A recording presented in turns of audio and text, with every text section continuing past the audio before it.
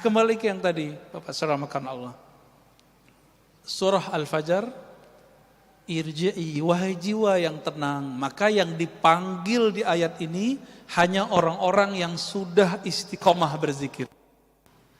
Sayyiduna Ibnu Abbas radhiyallahu taala anhuma mengatakan ayat ini adalah tiket orang ketika sakaratul maut. Tiket orang sakaratul maut. Jadi kalau ada orang meninggal nih, lalu turun ayat ini kepadanya, surga. Siapa mereka yang dipanggil ini? Mereka yang hari-harinya, setiap nafasnya selalu berusaha mengingat Allah Subhanahu wa taala. Dapat tiket dia. Tiket pulang kampung kepada Allah Subhanahu wa taala. Jadi tubuh ini pulang ke tanah. Tubuh ini kan tanah semua, Pak. Ya, tanah semua. Ini coba lihat Bapak yang dulu cakep ya. Bapak ini lu cakep-cakep kayaknya nih. Sekarang udah mulai keriput kan? Dia kena gravitasi, Pak. Tanah minta dia. Tanah bilang ente kembali kepadaku. Jadi tanah manggil, wahai tubuh yang dariku, kembalilah kepadaku. Tapi roh kita dipanggil oleh si peniup roh. Siapa yang meniupkan, menghembuskan roh ke dalam diri kita? Allah. Maka Allah akan panggil, wahai roh yang aku hembuskan, kembalilah kepadaku. Kalau nggak tahu jalan pulang, gimana caranya? Dan jalan pulangnya adalah ma'rifatullah, mengenal Allah lalu zikir. Udah dua itu aja. Nggak punah dua perangkat ini, jadi kayak sayap. Satu ma'rifatullah, satu zikrullah. Punya dua sayap ini terbang kita Pak nanti. Nah, diteruskan oleh ayat itu. Kembalilah kepada Allah dengan dua makom. Radiyah, mardiyah. Nah, ini secara makom dari sisi Allah. Tapi dari sisi kita dibalik. Mardiyah dulu baru radiyah. Nah, tapi beberapa ulama kita tidak mempermasalahkan itu. Radiyah diartikan jiwamu ridha. Mardiyah, jiwamu diridhoi. Saya kalau sudah ridho sama seseorang, dia mau buat salah aja nggak apa-apa kan? Ya kan? Kita kalau udah sayang sama anak kita lempar kita pakai ini Pak. Mau kita balas ngelempar dia? Enggak kan? Inilah makomnya Ahlul Badar.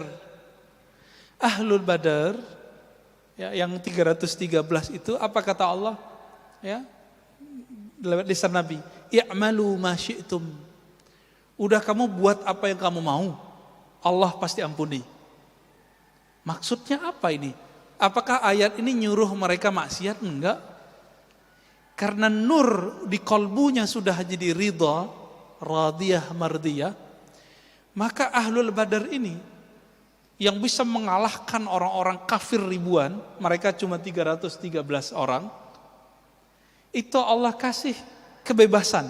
Karena mereka sudah selesai dengan nafsiyahnya. Yang bikin kita durhaka kan nafsiyah ini Pak, jiwa. Jiwa ini bikin kita durhaka, hawa nafsu. Hawa nafsunya udah tunduk dengan ruhnya. Maka kata Allah, sekarang kamu buat apa yang kamu suka. Kalaupun mereka terjebak maksiat, pasti kembali. Siapa contoh sahabatnya? Nuaiman. Pada dengar? Nuaiman itu dia perannya dua, ya. Pemabuk tapi suka bikin lucu. Yang bisa bikin gigi Nabi kebuka dengan senyum dan tertawa cuma Nuaiman. Tapi orang ini Nabi wafat dia suka mabuk, Pak. Di zaman Umar, sahabat-sahabat yang lain bilang, "Ya Umar, kok ente enggak bunuh aja nih orang gitu?" Ya, di satu riwayat dikatakan, "Hei Umar, kenapa kamu enggak mengutuk orang ini?" Apa jawab Umar? La, fa innallaha yuhibbuhu. Ya. Ya, di riwayat lain, fa innahu yuhibbullaha wa rasulahu. Fa innahu yuhibbullaha wa rasulahu. Ya. Dia ini cinta Allah dan Rasulnya. Ya. Atau Allah dan Rasul cinta dia gitu. Inilah doanya Abul Hasan Syadzili, guru dari gurunya Imam Nu'taillah pengarang Hikam. Di sini ada kajian kitab Al-Hikam, Pak. Belum ya. Pengarang kitab Al-Hikam punya guru namanya Al-Mursi. Al-Mursi punya guru namanya Abul Hasan Syazili. Apa kata beliau? Ya Allah, jika aku salah, jadikan salahku salah orang yang engkau cintai. Aku sudah engkau cintai, lalu aku terjebak salah. Kira-kira gimana? Dimaafin gak? Dimaafin. Nah, itu maksudnya. Ya. Ini maqam radiyah mardiyah. Radiyah mardiyah. Dia ridha kepada Allah. Lalu bagaimana caranya supaya kita jadi ridha? Caranya tadi yang kita sebutkan Pak. Kenallah Allah, lalu zikrullah. Allah bagaimana yang kita harus kenal? Untuk ridha kepada Allah, maka harus kenal dengan dua sifat Allah. Qudrah, iradah. Masih ingat? Ya. Qudrah, apa arti qudrah? Kekuasaan. Iradah, kehendak. Nah, coba lihat Pak. Allah itu berkuasa melakukan apa saja dan berkeinginan sesukanya. Bahkan Allah itu beriradah, berkehendak buat orang mukmin, buat orang kafir. Jadi kafir mukmin itu kehendak Allah, tapi Allah belum tentu ridho kepada orang yang kafir. Saya mau tanya nih, adakah di dunia sesuatu terjadi tanpa izin Allah? Gak ada. Berarti orang maksiat izin Allah enggak? Izin Allah enggak? Serius? Yakin enggak Pak? Namrud itu izin Allah atau bukan? Fir'aun? Enggak ya? Kalau bukan izin Allah, izin siapa dong? Ya? Emang ada Allah selain Allah? Ada Tuhan selain Allah? Enggak kan? Karena tiada Tuhan yang mencipta, yang berkehendak kecuali kehendak Allah. Maka ahlu sunnah wal jamaah mengatakan tidak semua yang Allah kehendaki itu diridhoinya. Itu sebabnya doanya ahli zikir waridhaka matlubi. Ya Allah, yang kami cari ridhamu. Kalau di doa yang sering kita baca, Allahumma inna nas'aluka ridhaka wal jannah. Kami meminta ridhamu dan surga. Enak juga ya, minta ridha sama surga.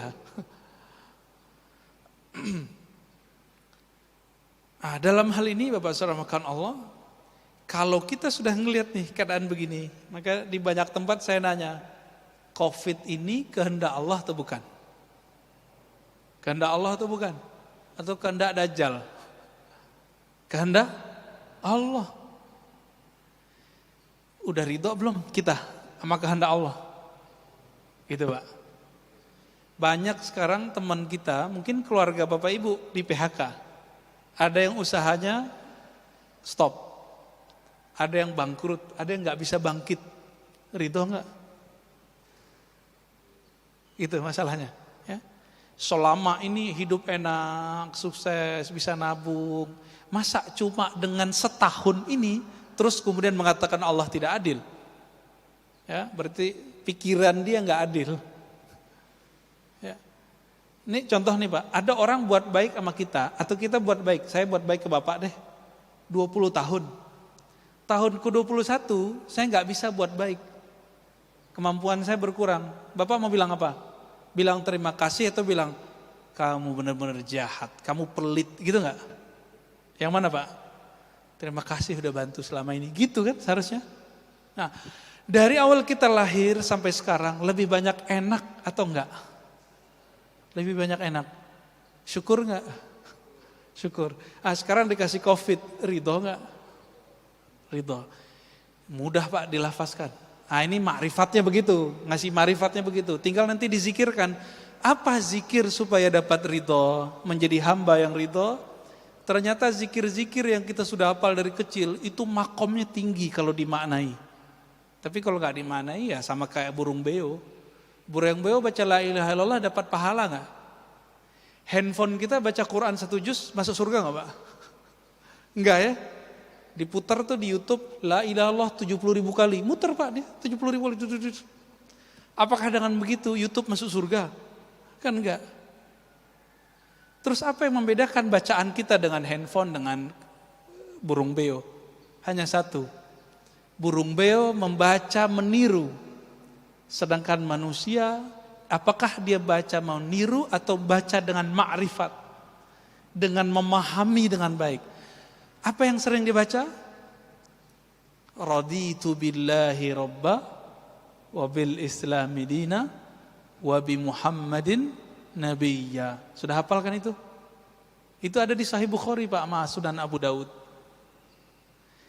Aku ridha Allah sebagai Rabbku.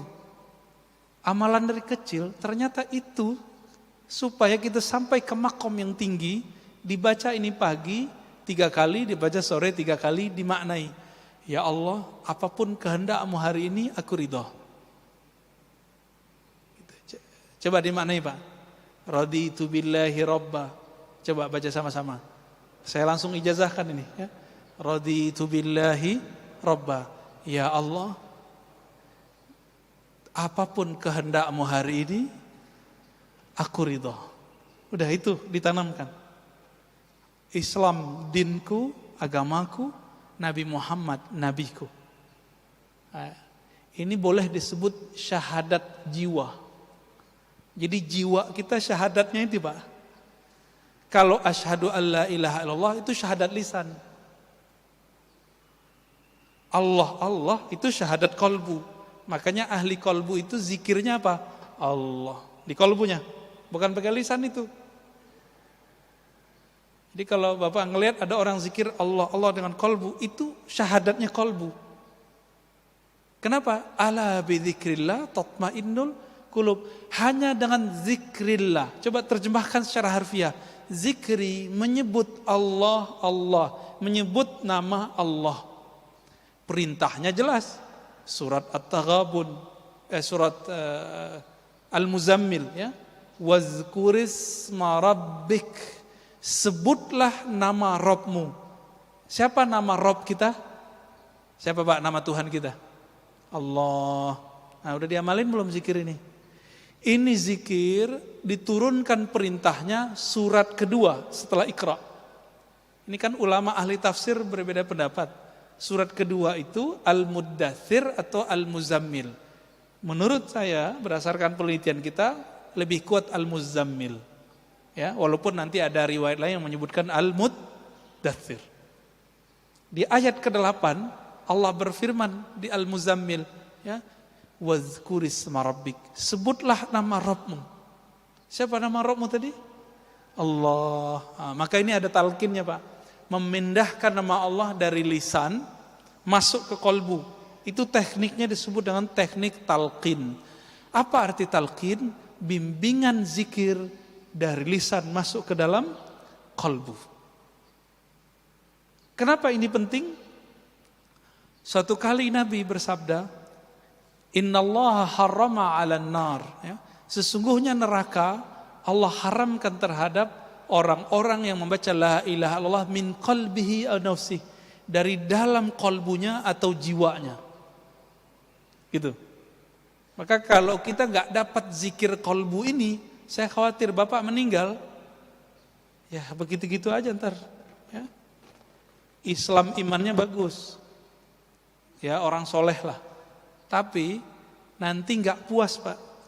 Di alam barzakh itu enggak puas. Jadi jangan dikira nanti Bapak di alam barzakh itu langsung tidur, enggak. Di alam barzakh pun masih nengok-nengok. Gimana ya supaya saya makomnya tambah tinggi. Ini dalilnya ada. Coba buka misalnya kisah Isra Mi'raj Nabi Muhammad sallallahu alaihi wasallam. Nabi